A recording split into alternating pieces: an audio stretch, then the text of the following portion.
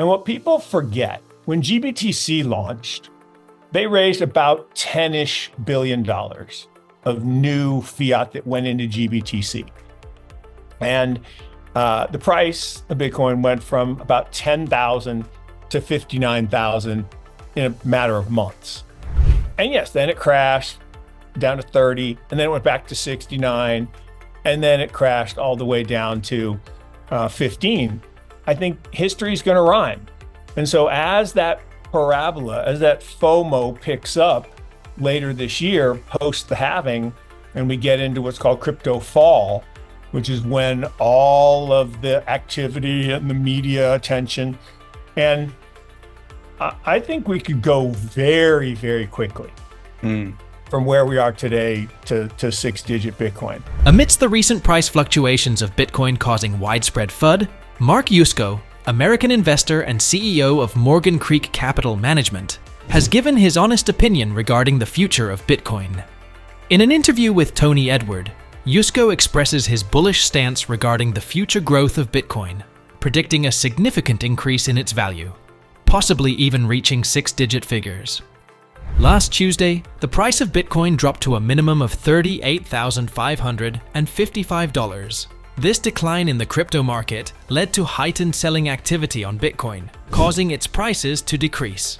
As a result of the drop in Bitcoin's price, there were liquidations of $55.52 million in long positions and $27.42 million in short positions. However, on Wednesday, Bitcoin managed to recover and surpassed the crucial $40,000 mark. As of making this video, the price of Bitcoin hovers around $41,000. According to Yusko, historical patterns suggest that Bitcoin could actually reach a 6-digit value more quickly than we think, especially after the halving event, despite the increased FOMO and attention in the crypto space during crypto fall.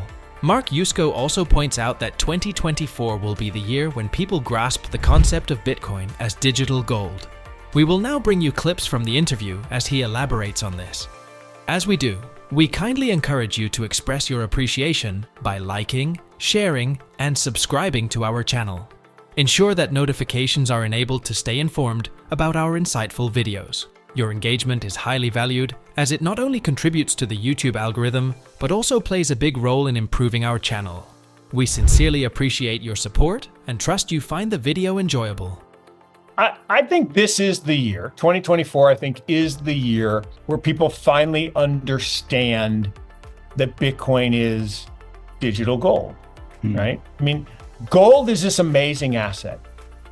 It's an asset that is money, right? It's actually one of only 2 or 3 monies in the world. Money is an asset that exists in the absence of a liability. Everything else that we think of as money, dollars, yen, euros, are not money, they're currency. Currency is backed by debt. And money has to exist with no associated liability. And it has to be given value, ascribed value by use and custom, okay? And I love that there was a video years ago of a guy selling yak meat, like back in ancient times. And this guy walks up with a chicken and gives him the chicken and gives him the yak meat. And then a guy walks up and gives him gold. He's like, the hell is that? Well, it's gold. So what do I want that for? I can't eat it. I can't use it. I mean, I can't sell it. He says, just trust me. It's going to catch on. And the idea that a piece of shiny yellow rock would be the thing that we all for 5,000 years would use to ascribe value, well, the reason is because of scarcity, right? The stock to flow ratio, the amount of new production relative to what's used or lost or stolen is roughly equal. So the stock, okay, the amount to flow is very high, which means your scarcity value is very high. Well, Bitcoin actually just passed gold in terms of the stock to flow, the amount that's created every year versus what's lost or stolen, okay? And that stock to flow ratio means that it's very scarce. Well, scarcity is one element. You also need something to be portable. Gold actually isn't really that portable. And the real problem with gold is it's not very divisible. Like if I had a bar right here, right now, and I wanted to break it in half. And I think I'm pretty in shape guy, but not really, but I'm not strong, right? I could not break that bar of gold, even if I were super strong, right? Even if I were Arnold, right? And I could, even he couldn't do it. I could stuff it into my computer and send it to you. Right. Well, I can hit a couple buttons and send you Bitcoin, like instantaneously. Mm-hmm. And I could do it to 100,000 units, Satoshis, 100 million units per Bitcoin. Mark Yusko firmly believes that Bitcoin is not just a passing trend, but a lasting presence in the financial world. And here's why. Yusko values Bitcoin's distinctive features, such as its decentralized nature, and the secure way it confirms transactions through a process called proof of work. One notable aspect he highlights is the intentional departure of Bitcoin's creator, Satoshi Nakamoto, from the project. Yusko emphasizes that this intentional exit allowed for a decentralized community to collaboratively guide and develop Bitcoin. This decentralization, according to Yusko, distinguishes Bitcoin from other blockchains that may be more centralized in their governance and operation. In comparing Bitcoin to historical innovations, Yusko draws parallels to groundbreaking ideas like the internet. He emphasizes that these revolutionary concepts often face initial skepticism, but eventually become integral and essential components of our lives. By making this comparison, Yusko suggests that Bitcoin, despite initial doubts, has big potential to become a widely accepted part of the financial landscape. Let's now take a look at more clips as Yusko explains his viewpoint regarding Bitcoin. When you think about it, Bitcoin is the pure solution, right? It is proof of work. It is, about broad consensus, about this powerful computing platform. And, Jamie said, Satoshi or whatever his name is, Satoshi, Jamie. Satoshi is going to come and he's going to just create a bunch more. He's going to be laughing at you. And Jameson Lopp, one of the core developers, said, here are the 5 lines of code that cannot be changed by any one person. Now, if we all decided collectively to make changes, we can do that. And any change that's beneficial to the network, we'll probably all approve. But anything not beneficial to the network's not going to get through, no matter who you are.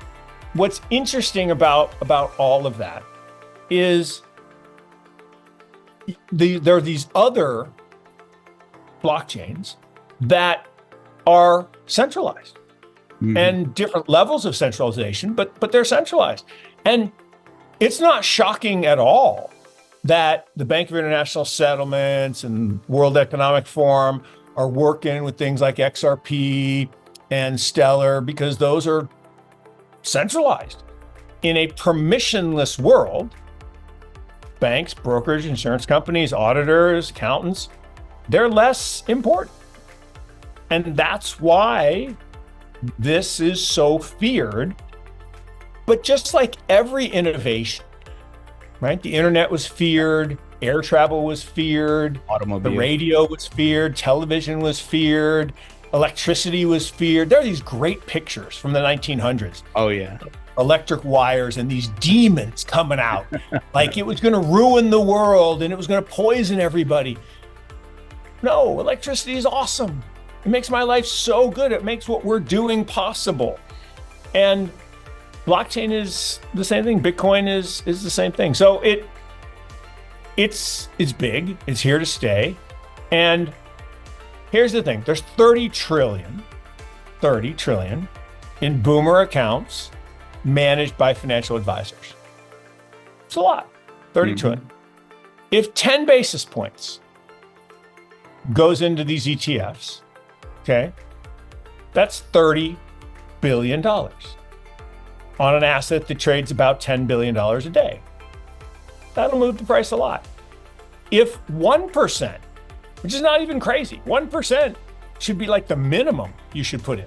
I'd argue 2, 3, 5, 8, 10, but 1 is the minimum. That's $300 billion on an asset with a current market cap of around $900 billion. So we're talking about a really, really big growing demand. While Yusko maintains a bullish stance on Bitcoin, not everyone feels the same way.